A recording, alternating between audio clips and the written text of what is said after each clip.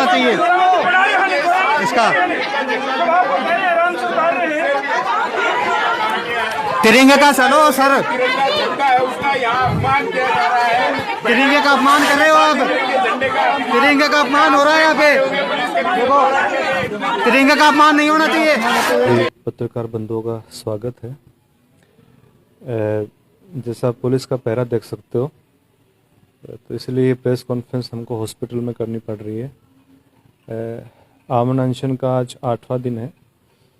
कमज़ोरी महसूस कर रहा हूँ और ये बताना चाहता हूँ कि एक महिला इमृता ढाका आमरण अनशन पे बैठी थी, तो जिस दिन मुझे उठा के लाए थे उसी दिन यहाँ पे मुझे छोड़ने के बाद पुलिस प्रशासन दोबारा वहाँ गया और महिला को घसीटते हुए ज़बरदस्ती यहाँ पे लेके आया। तो महिला काफ़ी सदमे में है, उसको दिन में 3-4 बार दौरे से आते हैं। उस महिला को कुछ हो गया तो उसका जिम्मेदार प्रशासन होगा, राजस्थान के मुख्यमंत्री होंगे। 2 हमारे विद्यार्थी हैं अभी भी धरना स्थल पे आमरण अनशन पे बैठे हैं। एक संजू लता मीणा है सवाई माधोपुर से, एक सुमित शर्मा है सीकर से। उनकी भी तबीयत काफ़ी डाउन हो रही है, पर धरना लगातार जारी है। प्रदेश के हर हिस्से से विद्यार्थी आ रहे हैं, समर्थन दे रहे हैं। काफ़ी फ़ोन आ रहे हैं हमारे पास में, सबका फ़ोन में ले भी नहीं पा रहा तबीयत कमज़ोर होने की वजह से। पर यह है कि लोग हमसे जुड़ना चाहते हैं, बोल रहे हैं कि सर हम क्या कर सकते हैं। अब कोविड प्रोटोकॉल इन्होंने लगा रखा है, कोविड का जो गाइडलाइन है ये इन्होंने जारी कर रखी है। कोविड के बारे में मैं बताना चाहूँगा कि हॉस्पिटल में कल मैंने पता किया था, सेकेंड वेव में खेतान हॉस्पिटल झुन्नू का सबसे बड़ा अस्पताल है, यहाँ पे 6 वार्ड थे कोरोना के, जैसे बता रहे थे स्टाफ, और जगह नहीं थी। अभी एक पेशेंट भी कल की डेट में बता रहे थे कि यहाँ पे कोविड का एक भी पेशेंट एडमिट नहीं है। तो आप देख लीजिए कोविड का हमको ये क्या डर दिखाते हैं। ये 7-8 महीने घोटाले करते हैं जमा के, और जब जनता खड़ी होती है, विद्यार्थी युवा खड़ा होता है, इनसे जवाब मांगता है तो कोविड के उन पे रेस्ट्रिक्शंस लगा देते हैं। तो ये चीज़ें हमको समझ में आ गई, विद्यार्थियों को समझ में आ गई, अब हम रुकने वाले नहीं हैं। तो इसी आंदोलन को हम ठंडा नहीं पड़ने देना चाहते, लोग जुड़ रहे हैं। इसी कड़ी में मैंने आह्वान किया है कि 26 जनवरी हमारा गणतंत्र दिवस है, देश का संविधान लागू हुआ था, तो जनता के द्वारा जनता के लिए, संविधान का अर्थ यही होता है। आज जो हमारे मुख्यमंत्री हैं वो देखने में प्रतीत होते हैं कि वो मुख्यमंत्री का दायित्व कम और एक शासक की तरह ज़्यादा नज़र आते हैं। उनको नज़र ही नहीं आ रहा कि मतलब प्रदेश में हो क्या रहा है। एक भी ऐसी भर्ती नहीं है RS से लेकर नीचे तक, एक भी ऐसी भर्ती नहीं जिसमें धांधली ना हो, पेपर आउट ना हो। अभी एक छात्र आया था माखर गांव से, वो बताया था सर फायरमैन की एग्ज़ाम है और राजस्थान कर्मचारी चयन बोर्ड लेता है परीक्षा। अभी 29 तारीख की शायद 29 तारीख की परीक्षा है, और अभी से जो नकल माफिया हैं वो मार्केट में घूम रहे हैं, पेपर बेचने का सौदा कर रहे हैं। तो ये सिलसिला कब तक चलेगा? कभी तो एक डेडलाइन आएगी कि यहाँ जाके थमेगा। हम इसी के लिए लड़ाई लड़ रहे हैं। तो 26 तारीख को झुंझुनू में 350 गाँव 950 गाँव हैं लगभग, और 350 ग्राम पंचायतें हैं। राज्य में 14,000 के आसपास ग्राम पंचायतें हैं और 45,000 के आसपास गांव हैं। तो सभी बच्चों से मैं आह्वान करता हूं कि अपने गांव में, अपने गांव के लेवल पर, पंचायत के लेवल पर आप निकलिए, बैनर बनाइए अपने स्तर पर, और जो हमारी मांगे हैं उन मांगों के साथ आप एक दिन का सांकेतिक धरना दीजिए। सांकेतिक धरने के साथ आप गांव में रैली निकालिए, सबको जागरूक कीजिए। जो भी आप वीडियो बनाते हैं उसको प्रिंट मीडिया, सोशल मीडिया में दीजिए। सोशल मीडिया में देने के बाद ज्ञापन जो है, हमारी जो मुख्य मांगे हैं, वो मुख्य मांगों के साथ में जो भी वहाँ पे वीडियो हैं, या ग्राम सेवक है, नज़दीकी तहसील में तहसीलदार है, या SDM है, या कलेक्टर है, वहाँ तक मुख्यमंत्री के नाम पर ज्ञापन दीजिए। इस लड़ाई को ठंडा नहीं पड़ने देना है। हमने अपने छात्रों को, हमारे साथियों के मैसेज पास कर दिया है।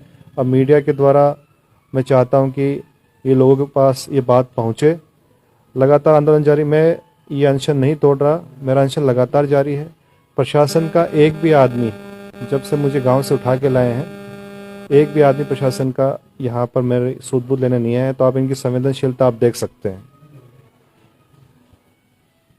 प्रशासन तो दावा कर रहा था कि हमारी जिम्मेदारी है।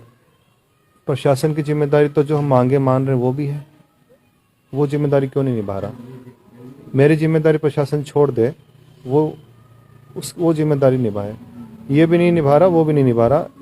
जिम्मेदारी यहाँ ला के पटक दिया और ये पुलिस की गार्ड लगी हुई यहाँ पे 24 घंटे, जैसे कोई जघन्य अपराधी यहाँ पे सोया हुआ कहीं भाग जाएगा। पूरे 24 घंटे पहरे में रहता हूँ, तो ये कैसी जिम्मेदारी निभा रहे, मेरे तो समझ में आई नहीं। हॉस्पिटल से आपको छुट्टी मिलती तो आगे का क्या रहेगा? ये छुट्टी नहीं देंगे मुझे, जब तक अनशन है मुझे नहीं लगता ये छुट्टी देंगे। छुट्टी देंगे तो मैं वापस अनशन पे बैठ जाऊंगा। आपका बेटा भी धरने पे बैठा था। नहीं, बेटा उस दिन आप गए थे, जब पुलिस वहाँ पे दोबारा गई तो वहाँ से गांव की महिलाओं को उठा के और जो ग्रामीण थे, जो विद्यार्थी थे, उनको बाहर कर दिया था और ये धमकी दे के आए थे कि टेंट यहाँ से उखाड़ लीजिए। तो घर बिल्कुल नज़दीक है धरना स्थल से, 10 मीटर भी नहीं होगा। वो जाके वहाँ पे बैठ गया था और आप ही शायद गए थे, आपने इंटरव्यू लिया था। तो उसमें बच्चे ने आवेश में आके या जोश में आके बोल दिया कि मैं भी धरने पे हूँ। तो एक दिन रहा वो, मैंने फ़ोन करके बोला बेटा आप पढ़ाई करो, आपकी उम्र धरने देने की और वो नहीं है। बेटा नहीं है धरने पे अभी। दो मैंने बताया, एक संजुलिता मीणा है सवाई माधोपुर से, और एक ये सुमित शर्मा सीकर से, वो अमन अनशन पे हैं। और ग्रामीण लोग हैं। आज भी युवा जागृति एक वो चल रहा है, जागरण चल रहा है। ग्रामीण लोग आ रहे हैं, बाहर से विद्यार्थी भी आ रहे हैं समर्थन देने के लिए। तो पत्नी वैसे आगे नहीं, पत्नी के लिए मैंने बोल रखा, उसने खुद बोला था कि सरकार हठ धर्मिता नहीं छोड़ती तो वो भी इस्तीफा दे देगी, ये बात बोली हुई है उसने। डायरेक्ट वो नहीं है इसमें। सर आज 8वां दिन है अनशन का, आज सुबह भी शायद सैंपल लिए हैं, मेडिकल जांच हुई है, क्या रिपोर्ट अभी डॉक्टर बता रहे हैं? कीटोन बॉडी जो है वो ज़्यादा आ रही है, तो ये जो ट्रीटमेंट है ये बढ़ा दिया है। जो फ्लूइड है ये 3 बोतल चढ़ती थी 6 कर दिया, 3 लीटर फ्लूइड आज से इन्होंने बढ़ा दिया है इसको। सर एक सवाल ये उठता है कि आप ये सब राजनीतिक महत्वाकांक्षा के लिए कर रहे हैं, तो इसमें कितनी क्या सच्चाई है? मैं कह चुका हूँ, आप साबित कर दीजिए कोई राजनीतिक लिंक जो है मेरा, अब फिर मैं आंदोलन छोड़ दूंगा। काफ़ी यहाँ पे जब मैं अभी एडमिट हूँ, काफ़ी राजनीतिक पार्टी के लोग भी आके मिलते हैं मुझसे।